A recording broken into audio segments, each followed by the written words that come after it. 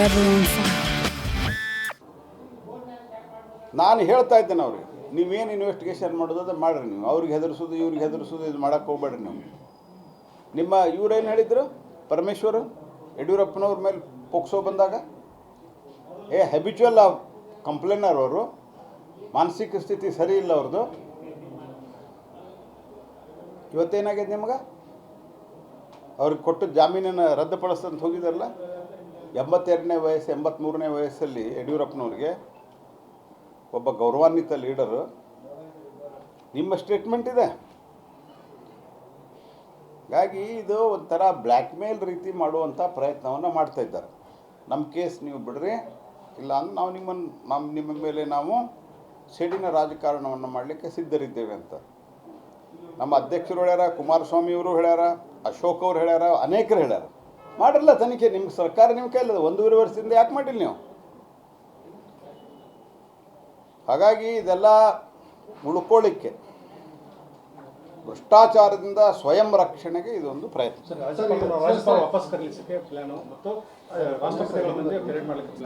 ರಾಷ್ಟ್ರಪತಿಗಳ ಮುಂದೆ ಪರೇಡಲ್ಲಿ ನೀವು ಜನರ ಮುಂದೆ ಜನ ನಿಮ್ಮನ್ನು ಸರಿಯಾಗಿ ಪರೇಡ್ ಮಾಡಿಸ್ತಾರೆ. ನಿಮ್ಮನ್ನು ಚಿಂತೆ ಮಾಡಬೇಡ್ರಿ ಸಿದ್ದರಾಮಯ್ಯನವರು. ಒಂದು ಮಾತು ಹೇಳಿದರೆ, ಕುಮಾರಸ್ವಾಮಿಯನ್ನು ಮುಗಿಸ್ಲಿಕ್ಕೆ ಬಿಜೆಪಿ ಈ ರೀತಿಯ ಒಂದು ಷಡ್ಯಂತ್ರ ಮಾಡಿದೆ. ಅಲ್ಲಲ್ಲ, ಅವ್ರು ಕುಮಾರಸ್ವಾಮಿನ ಮುಗಿಸಿ ಅವ್ರಿಗೆ ಅನುಭವ ಅದ. ಮುಖ್ಯಮಂತ್ರಿ ಮಾಡಿ ಸಿದ್ದರಾಮಯ್ಯರು, ಡಿ ಕೆ ಶಿವಕುಮಾರ್ ಎಲ್ಲ ಸೇರಿ MLAಗಳನ್ನು ರಾಜೀನಾಮೆ ಕೊಡಿಸಿ ಅವ್ರನ್ನ ತೆಗೆದುಹಾಕಿಸಿದ್ದು ಅವ್ರಿಗೆ ಅನುಭವ ಅದ. ನಾವು ಯಾವತ್ತೂ NDAದಲ್ಲಿ ಯಾರಿದ್ದಾರೆ, NDAದಲ್ಲಿ ಅವರು ಚೆನ್ನಾಗೇ ಇದ್ದಾರೆ ಮತ್ತು ಅವರು ಧೈರ್ಯದಿಂದ ಹೇಳಿದ್ದಾರೆ ಏನು ತನಿಖೆ ಮಾಡೋದು ಮಾಡ್ರಿ ಅಂತ.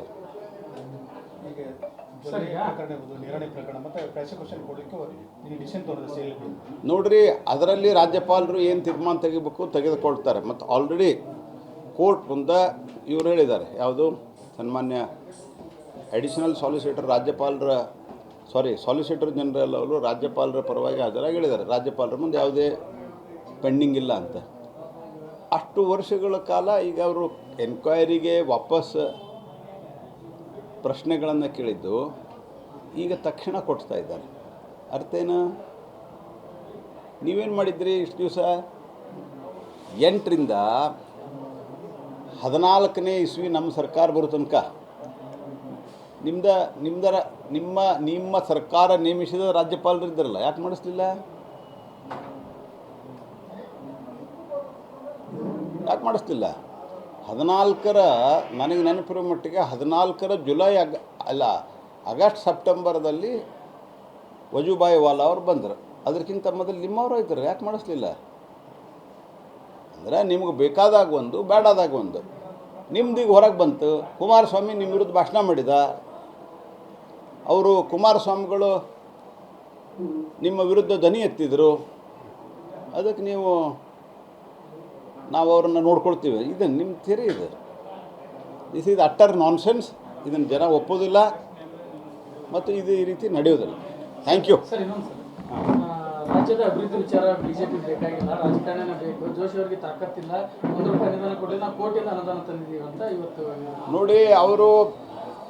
ನಾವು ಈಗಾಗಲೇ ಅನುದಾನದ ಬಗ್ಗೆ ಹಲವಾರು ರೀತಿಯ ಉತ್ತರವನ್ನು ಕೊಟ್ಟಿದ್ದೇವೆ. ಕೇಂದ್ರ ಸರ್ಕಾರದ ಅವಧಿಯಲ್ಲಿ ಎಷ್ಟು ದುಡ್ಡು ಕೊಟ್ಟಿದ್ದೇವೆ, ನಮ್ಮ ಸರ್ಕಾರದ ಅವಧಿಯಲ್ಲಿ ರಾಜ್ಯದ ರೈಲ್ವೆಗೆ ಎಷ್ಟು ದುಡ್ಡು ಕೊಟ್ಟಿದ್ದೇವೆ, ರಾಜ್ಯದ ಹೆದ್ದಾರಿಗೆ ಎಷ್ಟು ಕೊಟ್ಟಿದ್ದೀವಿ, ರಾಜ್ಯದ PWDಗೆ ಎಷ್ಟು ಕೊಟ್ಟಿದ್ದೀವಿ, ಅನುದಾನ ಎಷ್ಟು ಕೊಟ್ಟಿದ್ದೀವಿ ಮತ್ತು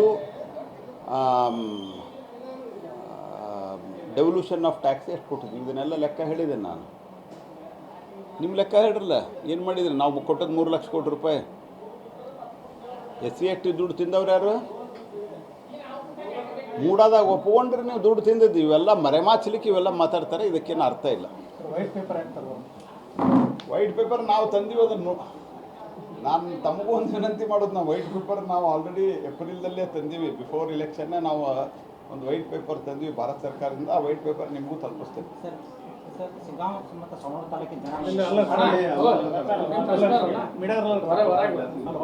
ಮೀಡಿಯಾದವರಲ್ಲ, ನೀವು ಸುಮ್ಮನೆ ಒಬ್ಬ ಮರೆ.